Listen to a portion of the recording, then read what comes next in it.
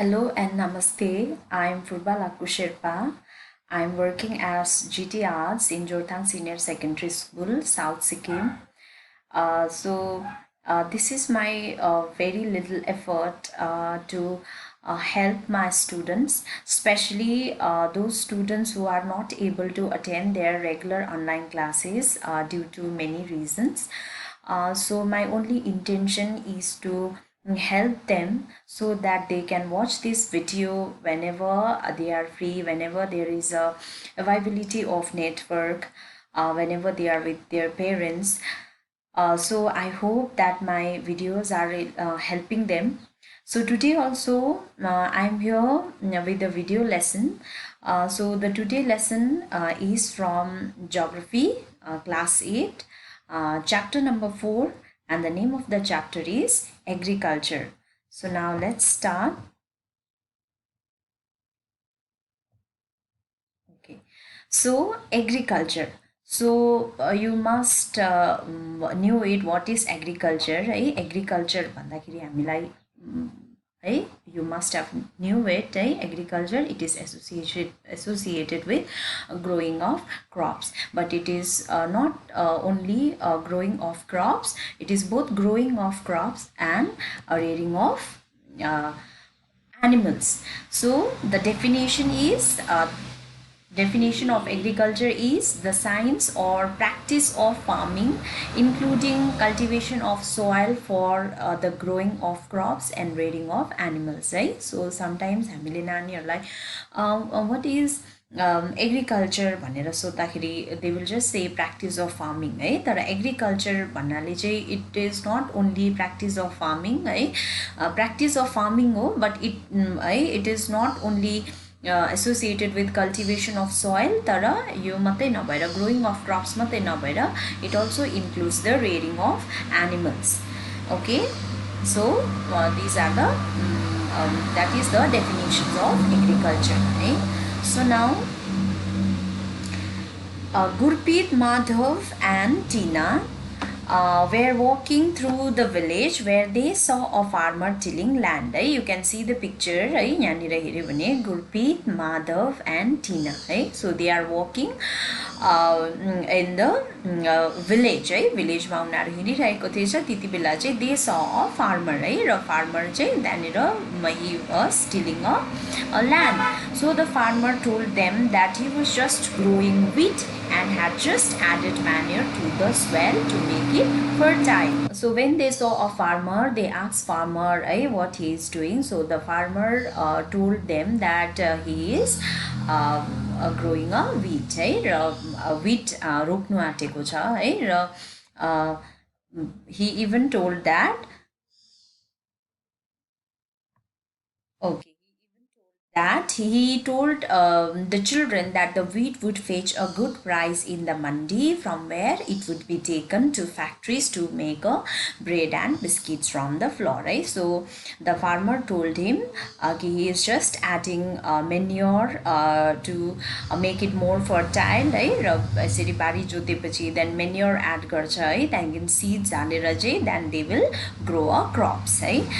So now not only that है, farmerले के भन्यो कि यो wheat फलाएपछि चाहिँ then he will take it to the मन्डी है, मन्डीमा लगेपछि चाहिँ he will sell it in the मन्डी, र मन्डीबाट चाहिँ it will go to the factories, र फ्याक्ट्रिजमा गएर चाहिँ यो फ्लोर हुन्छ है, त्यहाँदेखि चाहिँ we will get biscuits and bread out of this wheat भनेर he told the children. So this transformation from a plant to a finished product involve three types of economic activities. Above when we see here, the wheat is farmer grow a wheat, र त्यो wheat चाहिँ farmerले लगेर मन्डीमा बेच्दैछ, र मन्डीबाट त्यो फ्याक्ट्रिजमा जाँदैछ, र फ्याक्ट्रिजमा गएर त्यो फ्लोर हुँदैछ है, पिठो बनाएर, त्यहाँदेखि त्यसलाई यहाँनिर growing the wheat, producing the flour है, त्यहाँदेखि मिक्सिङ अ डो, त्यसलाई डो बनाउँछ, र बेकिङ गरेर चाहिँ it will become they will make white bread, brown bread, biscuits out of that flour. So यसमा चाहिँ there are three process अरे है, यसमा चाहिँ three economic activities involved छ अरे है. So what are those economic activities? Let's see. The primary Okay, three types of economic activities. These are primary, secondary, and tertiary activities. Right? र त्यो three types of activities चाहिँ के रहेछ? Primary, secondary, and tertiary activities. Right? So, what is primary activities? Right? Primary activities include all those connected with extraction and production of natural resources. Right? For example, when we see farmer ले के गर्यो, he grow a wheat हैन, उसले चाहिँ त्यहाँनिर wheat रोपेर चाहिँ wheat फलायो हैन. सो त्यो wheat चाहिँ then it will go to the mandi, त्यहाँदेखि फ्याक्ट्रिजमा गयो, त्यहाँदेखि फ्लोर बनेर चाहिँ त्यहाँदेखि त्यो फाइनल प्रडक्ट ब्रेड या बिस्किट्स बन्यो हैन. सो प्राइमेरी एक्टिभिटिज भनेको चाहिँ economic activities that rely directly upon natural resources हैन. Natural resources, soil is a natural resources हैन. सो त्यो नेचुरल रिसोर्सेसमा चाहिँ ही प्लान्ट wheat हैन, wheat रोपेर फलायो. सो त्यहाँदेखिको चाहिँ द्याट त्यो आयो एग्रिकल्चरमा हैन. Then fishing is also a primary activities. Mining, farming है, यो सबै चाहिँ के भयो? Primary activities.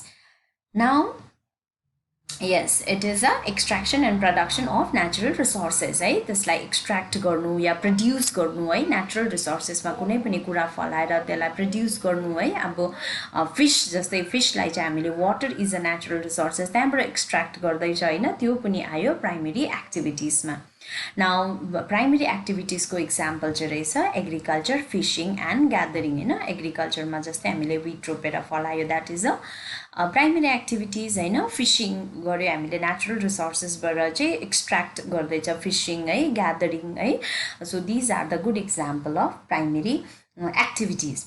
Now secondary activities है. र वाट इज सेकेन्डरी एक्टिभिटिज भन्दाखेरि secondary activities are concern with the processing of this resources है. जस्तै हामीले यहाँनिर when the farmer grow a wheat है र हार्भेस्ट गरेर त्यसलाई मन्डीमा लग्यो and the farmer told the children that है after that they will take it to the factories है. र फ्याक्ट्रिजमा गएर त्यो फ्लोर हुन्छ, फ्लोर भएर चाहिँ त्यहाँदेखि फाइनल प्रडक्ट चाहिँ ब्रेड बिस्किट्स भएर आउँछ भनेर the farmer told them. So त्यो जुन चाहिँ एक्टिभिटी छ यहाँनिर म्यानुफ्याक्चर गर्दैछ नि होइन, नयाँ प्रडक्ट बनिँदैछ फ्रम द विटदेखि चाहिँ ट्रान्सफर्म भएर चाहिँ त्यो बिस्किट्स र ब्रेड भएर आउँदैछ नि, फ्लोर हुँदैछ होइन. सो त्यो म्यानुफ्याक्चरिङ प्रोसेस चाहिँ हाम्रो आउँदो रहेछ सेकेन्डरी एक्टिभिटिजमा होइन. जस्तै यहाँनिर you can see example turning wheat into flour है. विटलाई अब ट्रान्सफर्म गरेर त्यसलाई म्यानुफ्याक्चर गरेर फ्लोर बनायो है.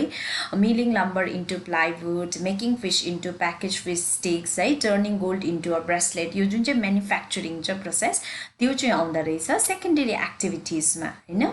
र त्यो सेकेन्डरी एक्टिभिटिजमा जब प्रड्युस हुन्छ प्रडक्टलाई चाहिँ अब ग्रेटर भ्याल्यु है. जस्तो विट जति प्राइसमा अब विट बेच्यो फार्मरले, जब त्यो चाहिँ turn into a flour or the biscuits है, त्यो अझै बेसी उनीहरूले भ्याल्यु पाउँछ त्यो कुराको. त्यो that is a secondary activities होइन. सो सेकेन्डरी एक्टिभिटिजमा चाहिँ म्यानुफ्याक्चर भयो है, प्रड्युस अर म्यानुफ्याक्चर है प्रोसेसलाई चाहिँ हामीले सेकेन्डरी एक्टिभिटिज भनेर भन्दैछ.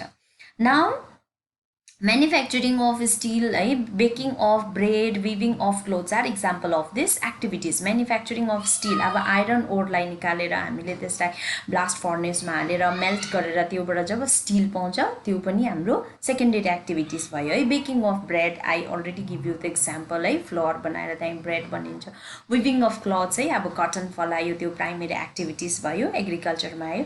र कटनलाई चाहिँ त्यसलाई विभ गरेर जब क्लथ्स बनिन्छ त्यो फेरि हाम्रो सेकेन्डरी एक्टिभिटिजमा आयो होइन. So tertiary activities provide support to the primary and secondary sector through services है. र जब हामीले कटनबाट क्लथ्स बनायो, विटबाट हामीले ब्रेड बनायो, बिस्किट्स बनायो है, स्टिलहरू बनायो, so now we need to sell that होइन. त्यसको लागि हामीले सप है, सप्सहरूले बेच्छ, that comes under tertiary activities है. त्यहाँदेखि त्यसलाई लानुको लागि हामीलाई ट्रान्सपोर्टेसनको जरुरी पर्छ, ट्रान्सपोर्टेसन है, भेहिकल त्यो पनि आयो टर्चरी एक्टिभिटिजमा होइन. त्यहाँदेखि ट्रेड, हामीले त्यसलाई बेच्नु पऱ्यो है, त्यहाँदेखि त्यहाँबाट जति प्रफिट हुन्छ हामीले त्यसलाई ब्याङ्कमा लगेर डिपोजिट गर्छ है, या हामीले त्यो पर्टिकुलर प्रडक्टको हामीले एडभर्टिजमेन्ट गर्छ, that comes under the tertiary activities है. सो I hope यहाँसम्म you have understood it है, primary three activities. We talk about three activities: primary, secondary, and tertiary. Primary include all those connected with extraction and production of natural resources. Just the example, agriculture, fishing, gathering. Secondary activities are concerned with the processing of these resources, manufacturing, especially just the baking of bread, weaving of cloths. These are the example of secondary activities. Now tertiary activities, it provides support to the primary and secondary sectors through services, transport, trade, banking, insurance, advertising. So these are the example of tertiary activities. Now let's come to the agriculture. Agriculture falls under primary activity. Agriculture is a primary activity. It includes growing crops, fruits, vegetable, flowers, rearing of livestock. So in the world, 50% of person are engaged in agriculture activities. All over the world, 50% they are engaged in agriculture activities. Crop, fruits, vegetable, flowers, are rearing of animals. 2/3 of India's population is still dependent on agriculture. India ko 2/3 of population, it is still dependent on agriculture. Now, to practice agriculture, we need a favorable topography of a soil and climate. अब agriculture गर्नुको लागि पनि सोइलको quality राम्रो हुनु पर्यो, favourable climate हुनु पर्यो. We cannot do agriculture in a deserted area. Unfertile soil, dry landमा हामीले एग्रिकल्चर गर्नु सक्दैन. So favorable topography of soil, climate, it plays a vital role in agriculture activity. So the land on which the crops are grown is known as arable land. र जुन चाहिँ ल्यान्डमा चाहिँ हामीले agriculture गर्नु सक्छ त्यसलाई चाहिँ arable lands भनेर भन्दो रहेछ.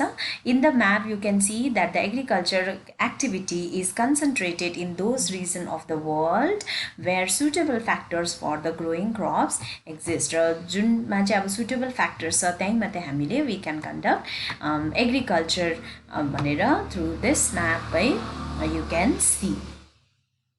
Okay, so world distributions of arable land, जहाँ चाहिँ हामीले एग्रिकल्चर गर्नु सक्छ त्यसलाई चाहिँ हामीले एरेबल ल्यान्ड्स भनेर भन्छ. र एरेबल ल्यान्ड्स चाहिँ यहाँनिर तिमीहरूलाई देखा जुन चाहिँ दिस अलिकति यो डार्क ब्लूमा छ, these are the arable lands. यो चाहिँ अल ओभर वर्ल्डमा चाहिँ कहाँ कहाँ चाहिँ अब एरेबल ल्यान्ड्स छ भनेर you can find it out from here. Okay, so now I hope that you have understood till here. So this much for today. So we in the next class we will discuss more about this chapter. I hope you have understood it. So thank you. If you don't understand anything, you can always leave a message on the comment section. So thank you. Please like and subscribe.